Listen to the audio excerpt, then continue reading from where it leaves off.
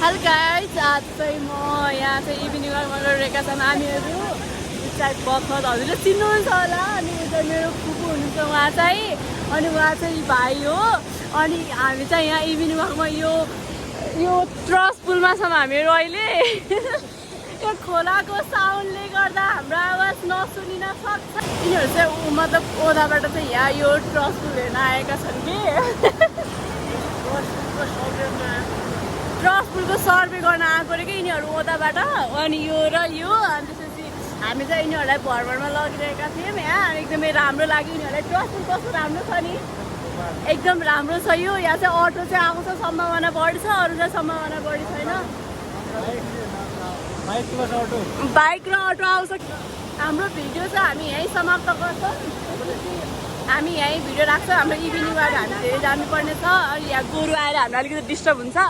अनि त्यसैले हामीले चाहिँ यहीँ भिडियो राख्छौँ। By by.